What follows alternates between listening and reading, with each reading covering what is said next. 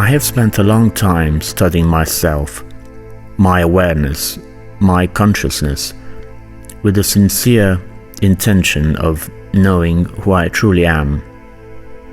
At the deepest level, my longing has been to return to that pristine, unconditioned, childlike state in which I existed at the very moment of my birth. A state prior to distortion, prior to confusion, prior to contamination. We often hear certain words repeated almost ritualistically: consciousness, mind, conscious mind, subconscious mind, intellect, intelligence, self, soul.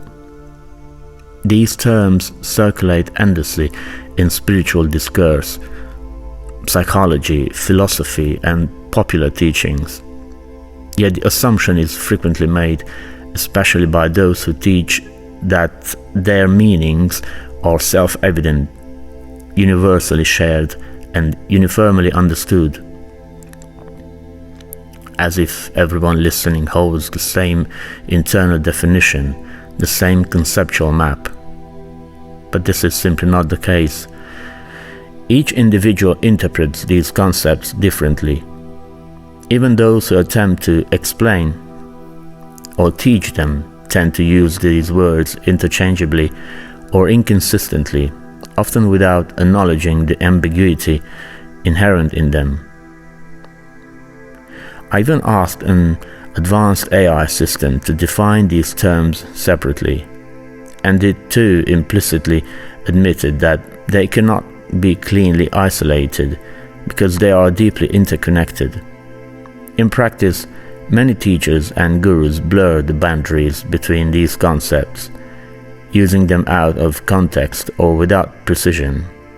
This, understandably, leads to confusion among listeners. And while this confusion is human and forgivable, the real issue is that it is rarely acknowledged. This led me to a question: can we meaningfully compare ourselves to a computer? If we imagine the human body as hardware, then pure, undisturbed consciousness, the kind we are born with, could be understood as the operating system. And here I want to be precise. I'm not referring to the applications or programs that are later installed, whether by ourselves or by others. I'm referring only to the most basic operating system as it is originally designed and installed, much like the foundational systems developed by Apple, Microsoft, Linux, Google, IBM, Oracle, and others. All the additional programs, the totality of installed software, would then correspond to what we call the mind. Many spiritual teachers advise us to observe ourselves and to free ourselves from the influence of the mind. But seen through this analogy, that advice resembles an operating system attempting to delete the very program installed upon it. Programs that over time may slow the system down, cause it to freeze, or even prevent it from booting altogether. In extreme cases, everything must be wiped, and the operating system reinstalled, along with the programs. This analogy helped me understand why so many teachers insist that the mind is not who we truly are, and yet their guidance is often incomplete because not all installed programs are harmful. Some are functional, beneficial, even essential. Language, mathematics, basic geography, biology, and practical knowledge, these are well-functioning programs. They belong to the mind, and they serve us. The real problem lies elsewhere. Negative emotions, destructive thought patterns, unresolved trauma, these resemble viruses, malware, and corrupt software. They destabilize the system. They form what we commonly call the ego, and they generate chaos, both inwardly and outwardly. In many cases, they are not only destructive to others, but profoundly self-destructive. In this sense, self-observation becomes an act of inner maintenance. To look inward, to identify faulty programs and to remove them, to clean the mind of unused, harmful, or imposed content. When this happens, consciousness can function clearly and coherently again. From the outside, such a person appears balanced, harmonious, and beneficial to society. However, there is a critical complication. In ordinary computing, removing harmful software requires an administrator, an entity operating at a higher level than the system itself. The computer improves because something external diagnoses, manages, and repairs it. But if we apply this analogy to ourselves, and if we assume that we are the highest level beings involved, then this system administrator function must be performed from within. And that is extraordinarily difficult. Something within us must notice that we are malfunctioning. Something must initiate self-repair while the system itself is compromised. The mind must attempt to clean itself even while it is distorted. This seems almost impossible, and yet I believe it is possible. One pathway is friction with the external world. When one part of the mind malfunctions, it inevitably collides with other minds, other systems. Reality pushes back.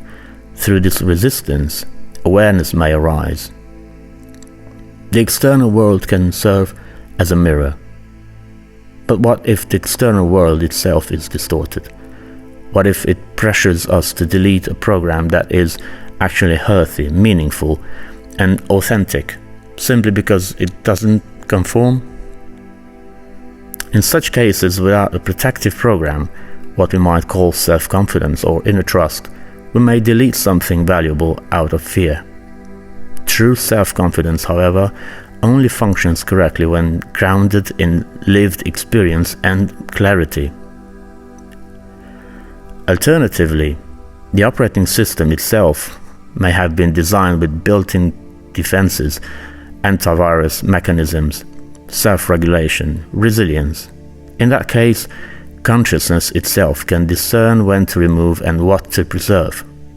And if such defenses were not fully present at birth, they may have been installed later through parents, teachers, mentors, external agents who temporarily acted as administrators. These defenses, though external in origin, still reside within the mind. This is why not everything in the mind must be erased. The mind is the sum total of postnatal experiences and learned patterns. Some are constructive, others are imposed and destructive. Those that were forced upon us and cause harm must be removed. Why not simply reinstall everything? Wipe both consciousness and mind clean? Because, at least in our current state, we cannot reinstall the operating system that was installed by something or someone at a higher level at the moment of birth. We do not possess administrator access to that level. Therefore, we must protect both our hardware and our software as carefully as possible.